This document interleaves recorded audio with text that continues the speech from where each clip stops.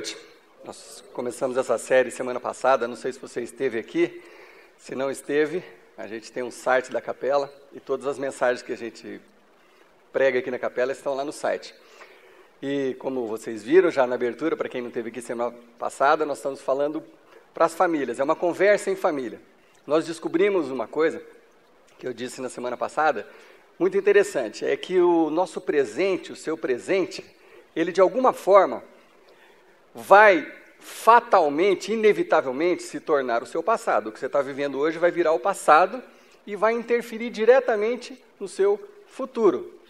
É uma frase um pouquinho complicadinha, mas o que você está fazendo hoje, uma hora vai ser o seu passado e vai estar fazendo todo sentido no seu futuro. Quer dizer, o que você faz hoje interfere diretamente no seu futuro. Então nós começamos essa série com o intuito de falar para todas as fases da nossa vida, recados bíblicos de sabedoria, de coisas que nós temos estudado por muitos anos, para cada etapa da nossa vida. Então nós começamos semana passada com os pré-adolescentes e os adolescentes.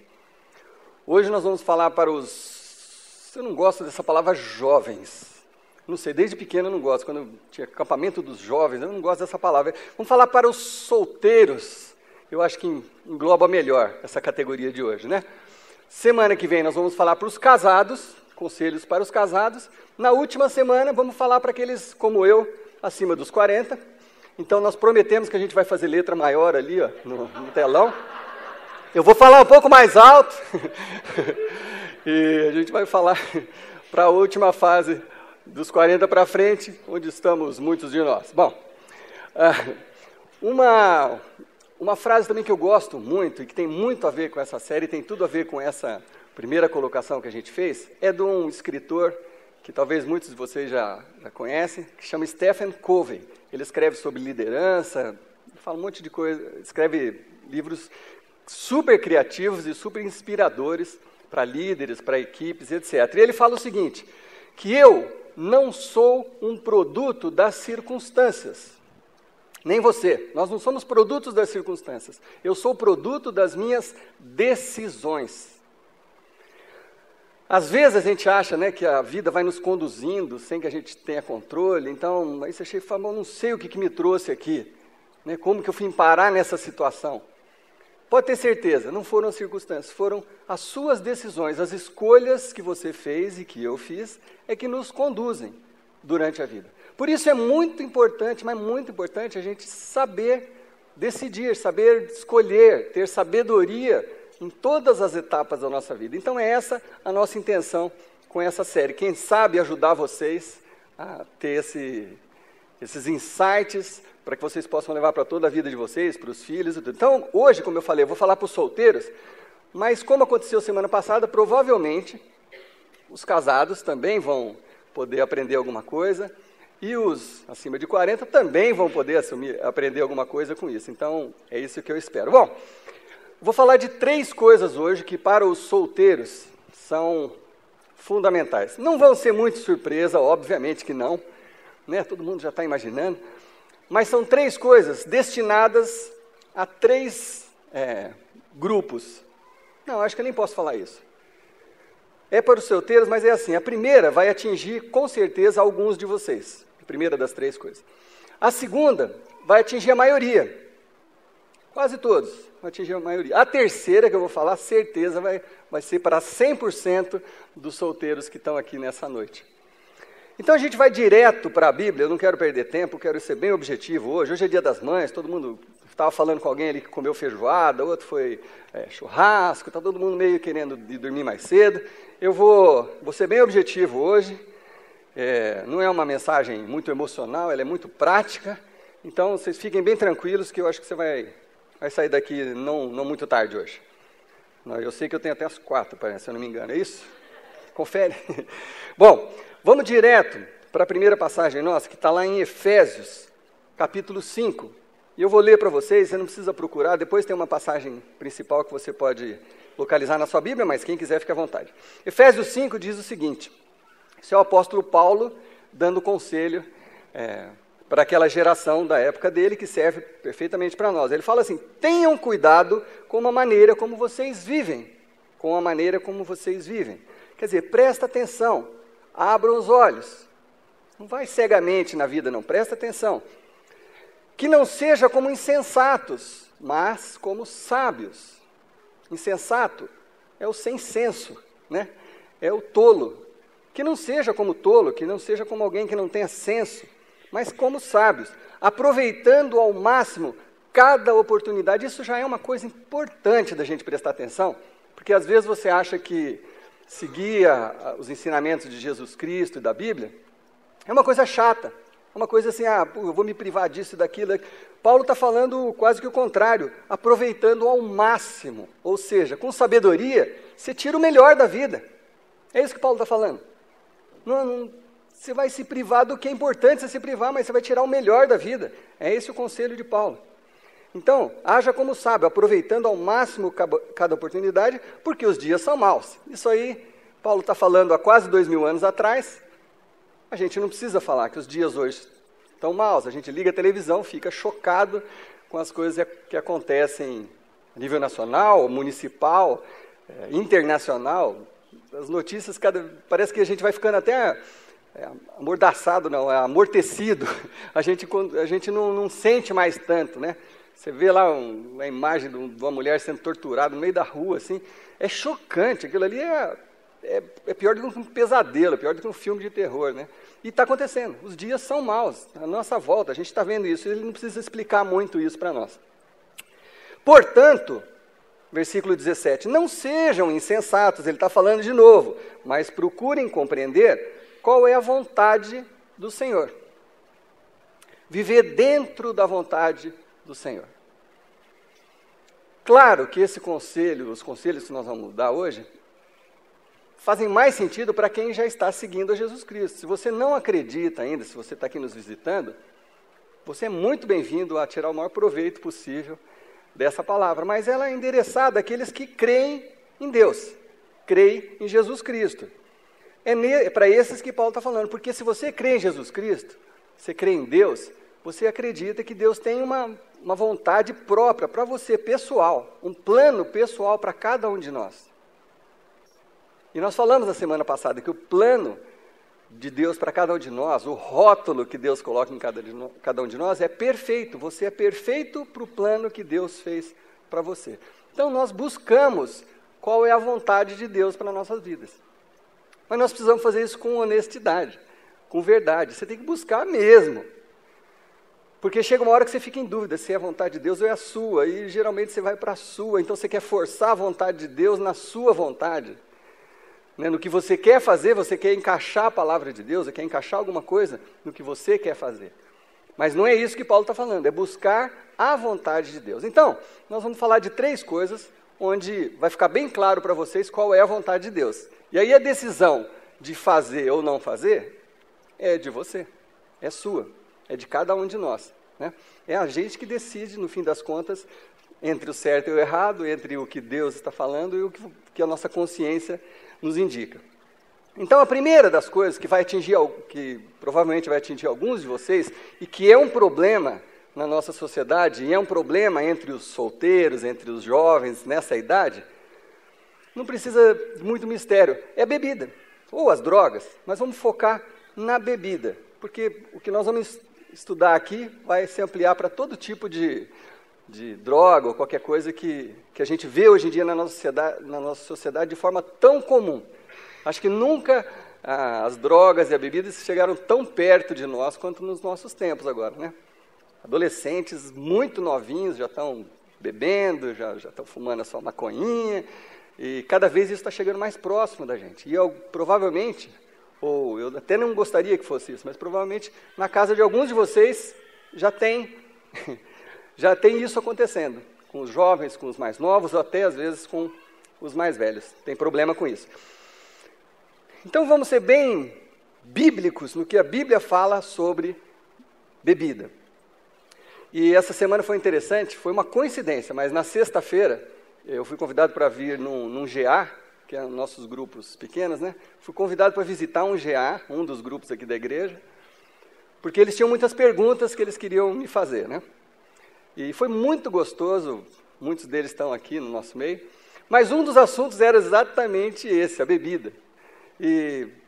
Porque algumas pessoas já ouviram falar que no tempo de Jesus, quando fala vinho, quer dizer suco de uva. Aí as perguntas eram, mas era suco de uva ou era vinho mesmo, fermentado, etc. Esse tipo de pergunta, né? Mas Paulo, olha só o que Paulo vai bem direto ao assunto, ele fala o seguinte, no versículo 18, não se embriaguem com vinho, que leva à libertinagem. Se ele está falando embriaga, é porque tem ou não tem álcool? Ah, tá. Então tá bom. Tem gente que já cresceu o olho, falou em vinho, já está dando água na boca. Calma, gente, vamos escutar primeiro. Não precisa sair correndo. Claro, tinha álcool, sim. Né? E Jesus também tomava, quando ele estava nas casas, jantando, era um vinho fermentado. Né? Jesus transformou água em vinho. Isso a gente não aprendeu ainda. Mas era vinho mesmo, era bebida fermentada. Mas o que Paulo está falando? Presta bem atenção, porque a gente não é antiquado, a gente não é careta, a gente não fecha os olhos para o que acontece. A gente quer ser bíblico. Paulo está falando o seguinte, não se embriaguem com vinho. Ele não está falando assim, você não pode tocar em vinho, você não pode beber vinho, você não pode tocar em nenhuma bebida alcoólica. Paulo não está falando isso. Ele está falando assim, se você se embriagar, você vai acabar fazendo coisa errada. É isso que ele está falando. Se você se embriagar, isso te leva à libertinagem, leva a perder o senso, a bagunça, a zoeira, a fazer coisa errada, a perder o controle. É isso, claramente, o que Paulo está falando. E eu sei que tem uns espertinhos falando assim, mas só fala de vinho, não está falando de cerveja. Mas explicando para esses que estão achando isso, né? Não, engloba todo tipo de bebida, de droga, e seja lá o que for. E o que tira o seu controle é que é o problema. Aquilo que desvia a sua atenção do foco que você deveria ter na sua vida, na sua família, ou seja o que for, aquilo que tira o seu controle. Você começa a ficar com a vista embaçada, e começa a falar bobagem. Aquilo que faz isso com você é pecado, está errado. Está errado, é isso que você não deve fazer. Você perde o controle e acaba fazendo bobagem. Mas ele está falando assim, não se embriaguem com vinho, por quê? Porque quando você se embriaga, isso te faz pecar. Ora, se nós somos seguidores de Jesus Cristo, nós queremos evitar o pecado. Então Paulo está sendo claro. Não faça isso, não se embriague, porque você vai acabar pecando. Vai acabar fazendo coisa muito errada, e coisas que às vezes geram problemas por anos, às vezes até acidentes de carro, quantas a gente já soube aqui, né? Coisas que podem traumatizar uma família para o resto da vida, né? Então é isso que Paulo está falando, ele está sendo bem claro. Mas olha como ele termina o versículo, ele fala assim, não se embriague com vinho, que leva à libertinagem, mas deixe-se encher pelo Espírito Santo. Essa é uma frase muito importante nesse versículo. Paulo está falando o seguinte, você que talvez está começando na caminhada com Jesus Cristo, talvez você não tenha entendido isso, mas quem já está caminhando com Jesus, Paulo está falando o seguinte, quando você aceita Jesus como seu Salvador, você fala assim, não, eu tomei essa decisão, quero mudar de rumo, quero seguir a Jesus, a Bíblia diz que nós recebemos uma fagulha do Espírito de Deus em nós, quer dizer, o Espírito de Deus passa a viver dentro de nós. Eu já falei isso mais de uma vez aqui, eu não consigo provar isso cientificamente, não dá, não é essa a questão, é uma questão de fé, mas nós cremos sim, que o Espírito de Deus passa a viver em nós, e esse Espírito é aquele que fala assim no seu ouvido, já deu, hora de parar, hora de sair desse lugar, hora de, desliga esse computador. Esse Espírito de Deus que vive em nós, e eu garanto que muitos de vocês estão tendo, ou já tiveram essa experiência, diante de uma tentação, diante de uma coisa errada. Há uma voz interior que não é audível, mas que te fala, isso está errado, para. E aí você tem a decisão nas suas mãos de fazer ou deixar de fazer. Paulo está falando assim, em vez de você se embriagar com vinho, se encha do Espírito Santo, porque aí você vai fazer as coisas com tranquilidade. O próprio Paulo, no mesmo capítulo, ele fala, tudo me é possível, mas nem tudo me convém. Eu posso fazer qualquer coisa, eu sou inteligente, eu sou um cara que conheço a palavra, eu posso fazer qualquer coisa, mas certas coisas eu evito, por quê? Porque não convém, porque são prejudiciais. Então, eu não vou fazer. É isso que Paulo está falando. Porque se você quebrar essa regrinha, você pode se dar mal, você pode pecar. E aí, você vai falar assim, mas aí Deus me protege. Pô, não insulta a minha inteligência. Deus está te dando a forma de evitar isso. À medida que você perder o controle, às vezes você vai sofrer as consequências mesmo. E horríveis, né?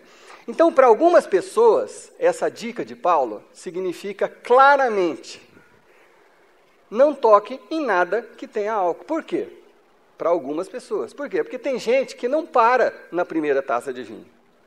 Tem gente que toma uma taça de vinho, ou de cerveja, ou seja lá o que for, precisa da segunda. E depois da segunda, da terceira, e aí não para mais. Então, se você é uma dessas pessoas, para você a dica de Paulo é: não toque em nada que tenha álcool. Ponto final. Se você é um cara equilibrado, se você não tem fraqueza nessa área da sua vida, você pode tomar a sua tacinha. Começou a perder o controle? Chega. É isso que Paulo está falando. Claramente para todos nós. Bom, essa é a primeira das três coisas. A segunda coisa, que vai atingir a maioria, obviamente não é surpresa para ninguém. Do que eu vou falar agora? Sexualidade. Vamos falar uma palavra mais bonita. Lógico. O que vocês vêm numa igreja evangélica e não quer ouvir sobre sexualidade? Lógico, né? Já era esperado. Para falar para os jovens, né, para os solteiros, a gente vai falar sobre sexualidade. Bom, de novo, eu não quero falar muito por mim, nós vamos praticamente direto para a Bíblia. Mas queria fazer uma pergunta antes. Você sabe por que os pastores e padres são radicalmente contra o sexo antes do casamento? É porque atrasa a cerimônia. Aí você tem que ficar esperando. Então, geralmente são contra.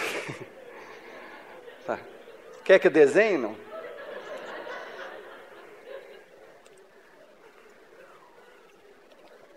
Tá, a gente é contra assim, mas já vocês vão entender, porque não é por isso. Não. Bom, o apóstolo Paulo, de novo, nós vamos usar o mesmo apóstolo Paulo numa outra carta dele aos Coríntios, pessoal da cidade de Corinto. E ele vai falar desse assunto, não vem com Corinthians não, que não tem nada a ver, tá? Apesar de que o pessoal lá era ruim, igual, mas é Corinto, cidade de Corinto, não tem nada a ver. Então, Paulo estava escrevendo sobre sexualidade para aquele povo. E aí você fala assim, mas naquela época era diferente, né? Hoje as tentações são maiores, então não é verdade. Não é verdade, sabia? A sexualidade sempre foi um problema, sempre, em todas as gerações. Paulo está escrevendo para pessoas, olha só, Paulo está escrevendo para pessoas que às vezes iam no templo adorar a Deus, e na escadaria do templo tinha prostitutas do templo. E os homens bonitões, né, porque as mulheres ficavam em casa, né? Os homens iam na igreja, mas davam uma saidinha antes, depois voltavam e adoravam o Senhor na igreja. Olha que coisa linda, né? Naquela época, a mulher era muito reprimida, vocês sabem disso. A mulher era quase uma escrava do homem, ela nem se contava as mulheres, você pode ver até quando se fala da multiplicação dos pães, fala 5.000 homens, nem se cita mulheres e crianças, né? Porque só os homens que eram os cabeças, né? Então, Paulo está escrevendo para um pessoal que tinha, sim, problema na área da sexualidade. E olha o que ele escreve, claramente. Eu gosto de Paulo porque ele não dá voltinha, ele vai direto ao assunto. Ele fala o seguinte, 1 Coríntios 6,18, ele fala: fujam da imoralidade sexual. Fujam. Não negocia.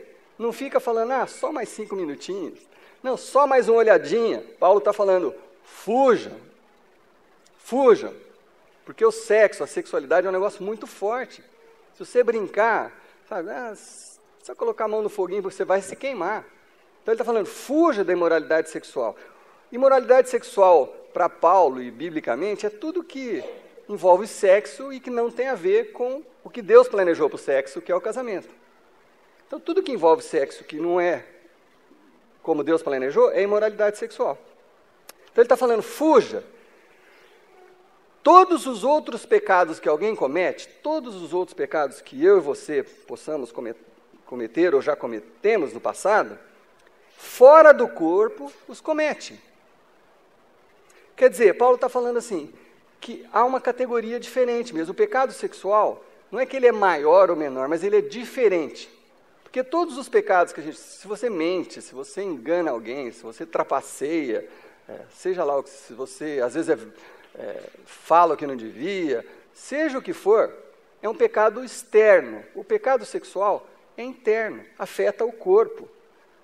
No corpo seu, no próprio corpo seu, você comete esse pecado. É isso que Paulo está falando. E, sem dúvida, sem ter escrito isso aqui, mas ele está querendo dizer o seguinte, que o pecado sexual traz marcas profundas. Não é verdade? E traz mesmo. Traz mesmo.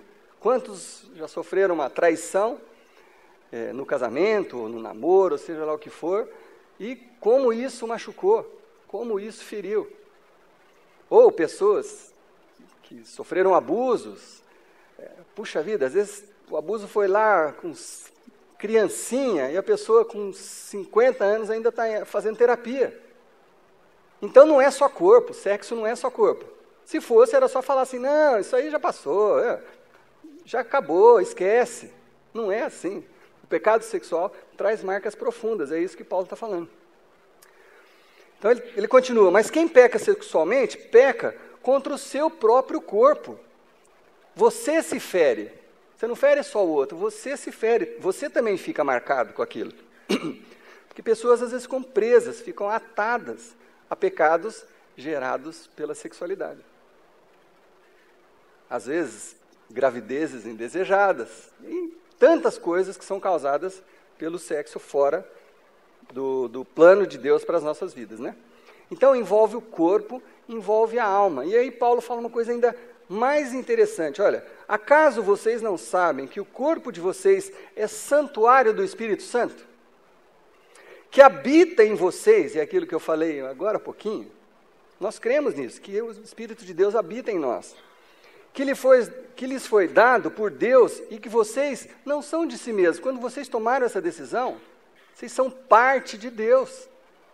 Percebe? Então, as decisões são diferentes. Você é parte de Deus. Você faz parte do corpo de Cristo.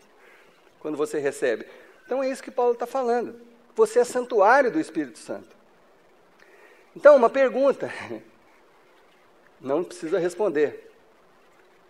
Aonde que você tem levado o santuário do Espírito Santo para passear? Vai, hoje é domingo. Onde você foi ontem à noite passear com o Espírito Santo que vive dentro de você? O que você fez ontem com isso? Ou anteontem, ou semana passada? O que você tem feito com o santuário do Espírito Santo? Quer dizer, você é templo do Espírito Santo, moradia do Espírito de Deus. Não precisa responder. Que coisas que você tem visto, olhado, tocado com os olhos desse corpo que tem o Espírito de Deus em você? O que você tem olhado? O que você tem visto no seu computador? Que tipo de... Bom, deixa para lá. Vocês foram comprados por alto preço. Lembra que eu falei isso semana passada? Vocês foram comprados por alto preço. Eu fui comprado por alto preço. Qual é esse preço? A morte de Jesus Cristo na cruz. Foi esse o preço pelo meu pecado. Para eu ser comprado.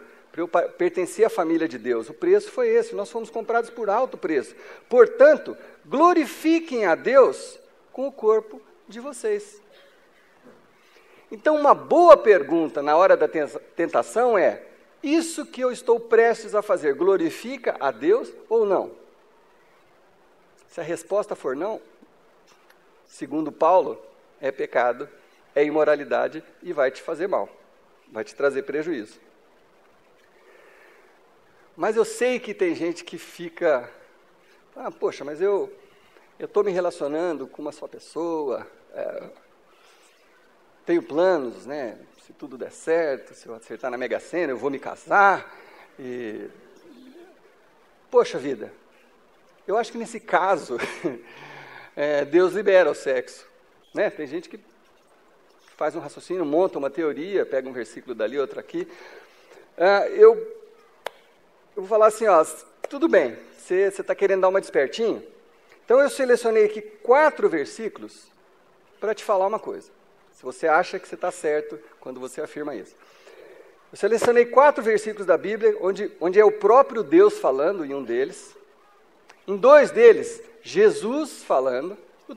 O quarto deles, o apóstolo Paulo falando.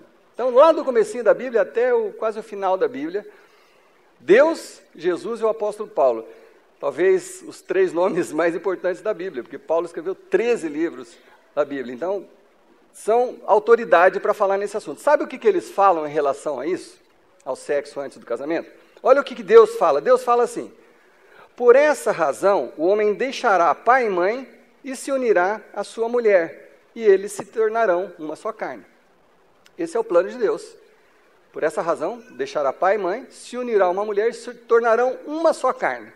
Isso tem tudo a ver com a sexualidade também, né? Jesus, por outro lado, disse o seguinte: por essa razão, o homem deixará pai e mãe e se unirá à sua mulher, e eles se tornarão uma só carne. Está lá em Mateus 19:5. Já no livro de Marcos, Jesus falou o seguinte: por essa razão, o homem deixará pai e mãe, se unirá à sua mulher, e eles se tornarão uma só carne. E o apóstolo Paulo, em Efésios, fala o seguinte: por essa razão, o homem deixará pai e mãe. Parece que está meio repetitivo isso aqui, mas você vê, em 4 diferentes situações da Bíblia, você encontra a mesma coisa. Então, pergunta, filhão, vamos ser... Pessoal mais de 40, igual, desculpa o meu linguajar, estou sendo muito aberto com os solteiros aqui, estou falando a língua deles. Filhão, você mora com o papai e com a mamãe, você não pode fazer bobaginha. Você mora com o papai e mamãe, você deixou o seu pai e sua mãe? Você já tem o seu apartamento, você está morando com a mulher da sua vida? Aí sim, você se torna uma só carne com ela. Você mora com a mamãe, você recebe mesada ainda, filhão?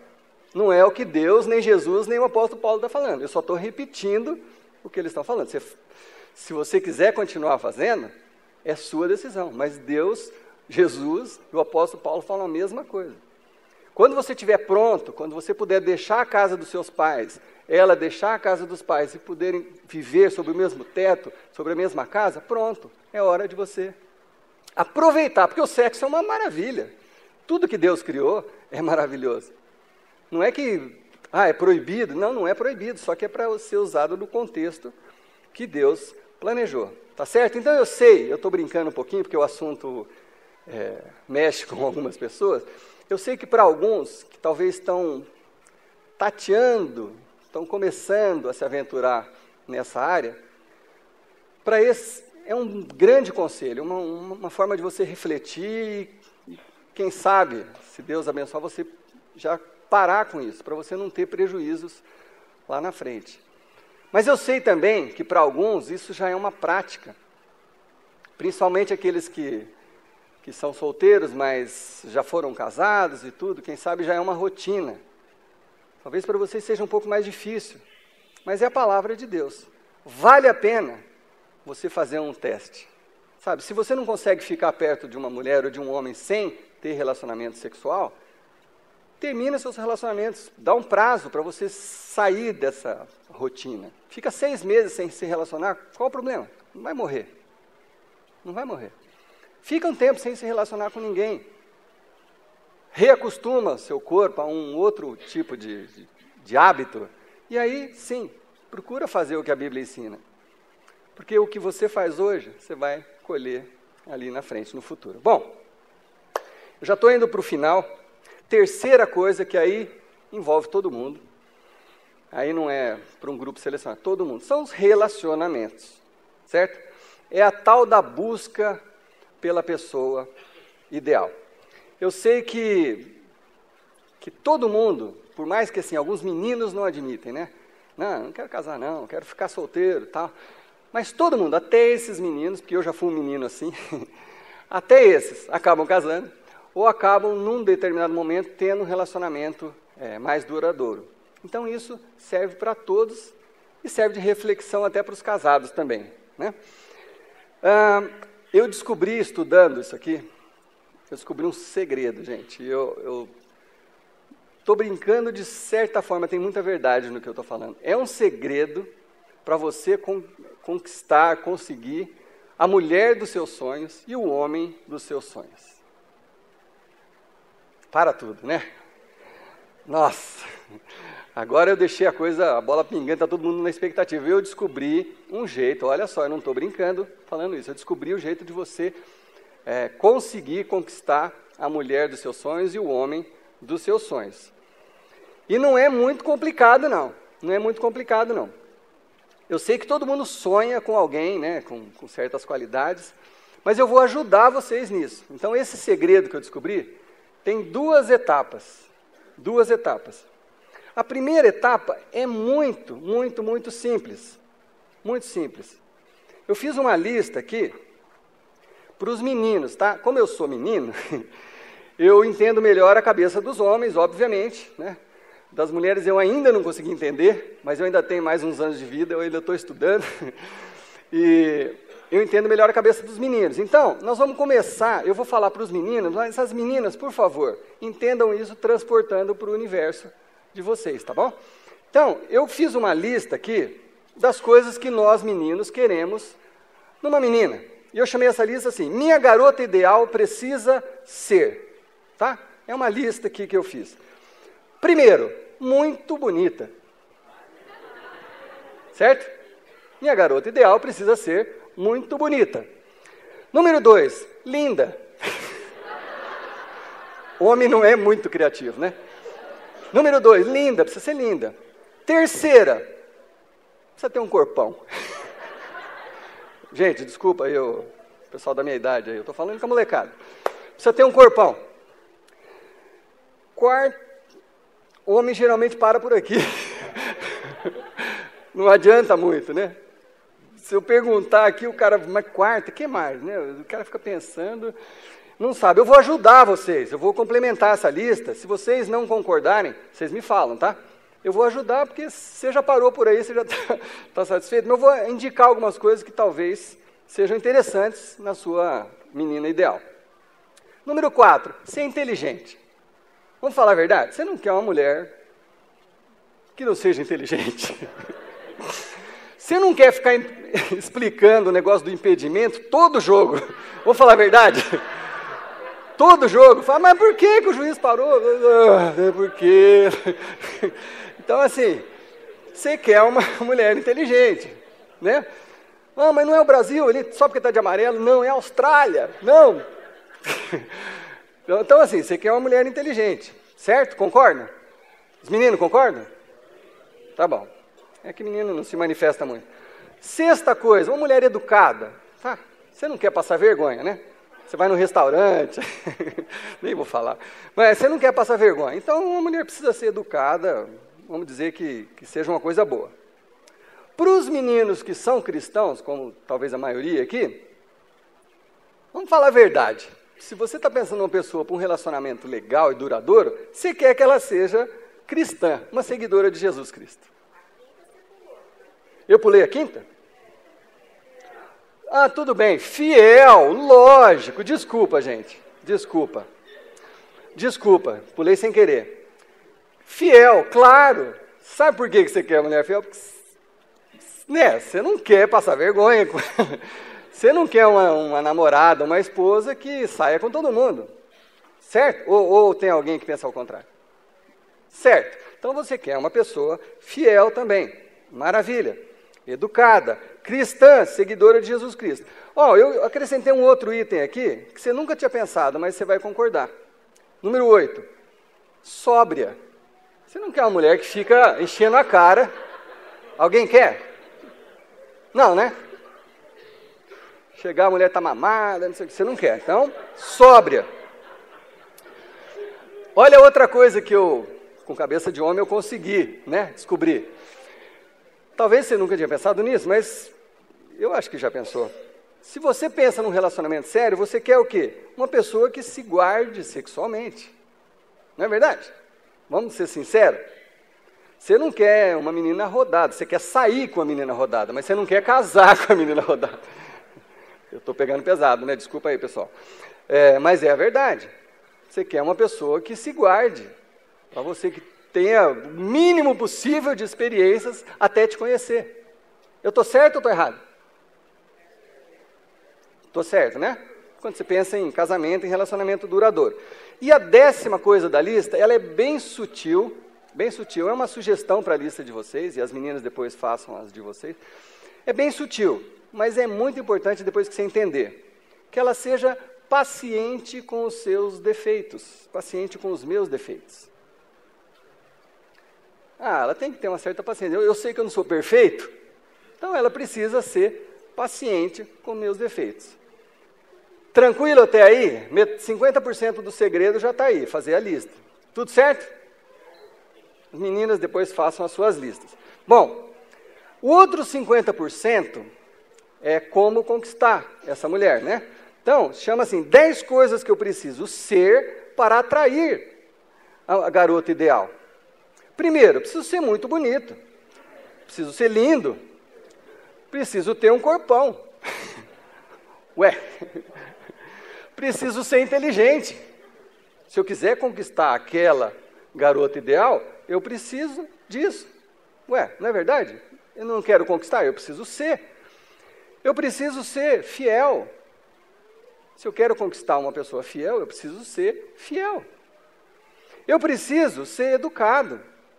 Eu preciso ser um cristão, um seguidor de Jesus Cristo. Se eu quero achar uma pessoa cristã que siga os princípios bíblicos, eu preciso ser um cristão, um seguidor de Jesus Cristo. Eu preciso ser sóbrio. Eu preciso ser sóbrio. Eu não posso ficar bebendo, enchendo a cara, porque se eu não quero achar uma pessoa, se eu quero achar uma pessoa que seja sóbria, eu não posso fazer isso. Eu preciso me guardar sexualmente. Eu sei que pegou aí mais ou menos 90%, eu preciso me guardar, se eu quiser uma pessoa que se guarde sexualmente. E eu preciso ser paciente com os defeitos dela. Porque se ela não for linda, eu preciso ter paciência com isso, porque talvez eu também não seja. Porque se ela não for tão educada, eu tenho que ser paciente com o defeito dela. Porque talvez eu não seja também, não tenha aquele corpão. Percebe? Você precisa, se você quiser conquistar uma pessoa assim, você precisa ser isso que você está querendo conquistar na outra pessoa. Você precisa ser isso. E tem um provérbio chinês que diz o seguinte: lide com os defeitos dos outros tão gentilmente quanto você lida com os seus próprios defeitos. Nenhum de nós é perfeito. Mas se eu quero encontrar uma pessoa para eu me relacionar que tenha as qualidades que eu imagino, eu preciso me tornar também uma pessoa de qualidades para conquistar aquela pessoa que eu estou imaginando para eu casar. Quando eu falo em casamentos, eu falo muito isso, que aquela história de você procurar a pessoa certa, você precisa ser a pessoa certa para a pessoa certa que você quer conquistar. Então não adianta você querer um monte de coisa e você agir completamente por outro caminho, porque os seus caminhos nunca vão se cruzar. Percebe? Então isso, por mais que a gente dê umas risadas e tudo, é um conselho muito certo, muito acertado. Sabe por quê? Porque isso não é o Paulo que está falando. É Deus que quer que você seja uma pessoa assim, para poder te dar uma pessoa assim também. E nós, poucos anos de vida dessa igreja aqui, quase 10 anos, nós já vimos o fruto, não de listas literais, mas Deus aproximando pessoas com características sadias, com sonhos parecidos, e Deus fazendo a obra na vida de algumas pessoas que convivem com a gente. Então isso não é, por mais engraçado que seja, não é só uma brincadeira. Isso é verdade, porque Deus é o primeiro interessado em que você seja uma pessoa como essa que você imagina, para você se casar. Então nenhum de nós é produto das circunstâncias. Nós somos produtos das nossas decisões. Se você quiser mesmo se relacionar com alguém sério, ter um casamento duradouro e tudo, você precisa prestar atenção no que esse livrinho, aqui de poucas páginas, mas de muita sabedoria, fala para cada um de nós. O que ele ensina, quais são os princípios, o que é ser um cristão, o que é buscar a vontade de Deus para a sua própria vida. Porque quando você faz isso, quando você cuida de você mesmo, quando você se preocupa, porque não adianta você se preocupar com a outra pessoa, porque você não consegue interferir na vida do outro, você tem que cuidar da sua própria vida. É você que tem que estar dentro da vontade de Deus. E se você estiver dentro da vontade de Deus, Deus vai pavimentar o seu caminho até a pessoa que você deseja, a pessoa que você vai se relacionar para o resto da vida. Então leve isso para a sua vida, para os seus próximos relacionamentos, aqueles que já estão em relacionamentos, quem sabe sejam dicas boas também, principalmente essa de você ser paciente com o defeito da outra, você lidar com o defeito da outra com o mesmo carinho com que você lida com os seus. Eu sou um cara imperfeito, eu sou um cara, dependendo da hora e do momento, eu sou pavio curto, eu sou um cara imperfeito, eu preciso de uma esposa que tenha paciência comigo, da mesma forma que eu preciso ter paciência com os defeitos dela também. Então, são dicas para você levar para o resto da sua vida e para você encontrar a pessoa dos seus sonhos. Bom, conclusão. Busque a vontade de Deus. O que eu quero dizer com isso? Para a gente encerrar. Muitas vezes, em muitas situações da nossa vida, do nosso cotidiano, nós olhamos para uma pessoa, para um copo de cerveja, ou para seja lá o que for, e nós esquecemos de que nós temos o Espírito de Deus, uma fagulha de Deus vivendo em nós. Nós esquecemos disso. Às vezes você está lá no seu computador, de madrugada, você esquece que um pouquinho de Deus habita dentro de você. Ouça os conselhos que o apóstolo Paulo está falando. Fuja, gente. Tem hora que é só fugindo mesmo. Fuja da bebida. Como eu falei aqui, para alguns, a dica é essa: fuja, corre, não passa perto. Você não consegue se controlar? Fuja. Não chega pertinho, não chega com a rodinha perto do abismo ali. Fuja, evite, foge. Sexualidade é um problema para você? Esteja sempre com alguém por perto. Não vai para o seu computador sozinho. Você está num relacionamento que você já ultrapassou a linha que não devia ter ultrapassado? Pare. Rompa o relacionamento se for o caso. Espere um tempo, depois retoma. Diferente. Por quê? Porque do jeito que a gente vem fazendo as coisas, nós estamos colhendo os resultados que nós estamos vendo. Às vezes, alguns de vocês que estão assistindo essa palavra estão colhendo resultados terríveis de experiências sexuais mal colocadas, completamente fora de contexto, completamente fora da palavra de Deus, completamente fora da vontade de Deus. Quem sabe alguns de nós aqui tenhamos essas contas na nossa vida a acertar. Esses traumas. Puxa vida, daqui para frente, quem sabe, se a gente levar a sério isso que o apóstolo Paulo está nos falando, a gente pode não só curar as nossas vidas, nossos traumas, a nossa alma e nosso espírito, mas, quem sabe, encontrar essa parceira, esse parceiro, que vai ser seu parceiro para o resto da vida, que tenha esses mesmos princípios e esses valores, e que isso traga para mim, para você, para todos nós, um casamento feliz, uma família feliz, onde a gente possa celebrar Dia das Mães, Dia dos Pais, Dia das Crianças, e celebrar a vida, celebrar a Deus, as coisas que Deus tem nos dado, em harmonia, em amor. Amém? É isso que Deus quer para mim, é isso que Deus quer para você. Vamos orar então. Senhor,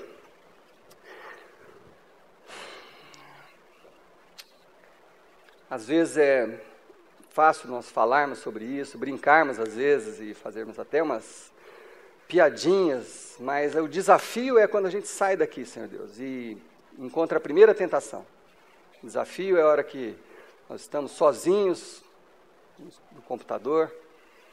O desafio é a hora que você está num ambiente onde tem a tentação, onde a bebida te provoque, onde as mulheres, os homens. E nós temos visto coisas terríveis, Senhor Deus, perto de nós, na nossa cidade, Deus. Estupros, violência, crimes mesmo, provocados pela bebida, pela sexualidade, por traições. Deus, por favor, Afaste-nos, Deus, desses pecados, Pai. Por favor, cria em nós uma consciência dos teus princípios, Senhor Deus. Fala conosco, Espírito Santo, mas fala alto. Fala alto.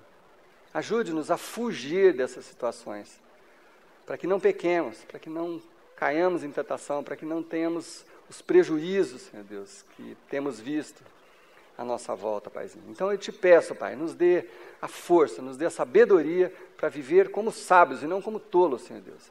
Para seguirmos a Tua vontade, buscarmos a Tua vontade todos os dias da nossa vida, para o nosso relacionamento, para o nosso casamento, para a nossa saúde, para tudo, Senhor Deus. Que assim vamos aprender a viver em paz com as pessoas, em paz com a nossa família, em paz com todos. E a Tua glória vai se manifestar no nosso meio. Eu creio nisso, pelo nome do Senhor Jesus Cristo é que eu oro. Amém. Amém. Muito obrigado a todos. Semana que vem, aos casais, tá bom? Não percam, venham. Vai servir para os solteiros também, eu tenho certeza. Uma ótima semana.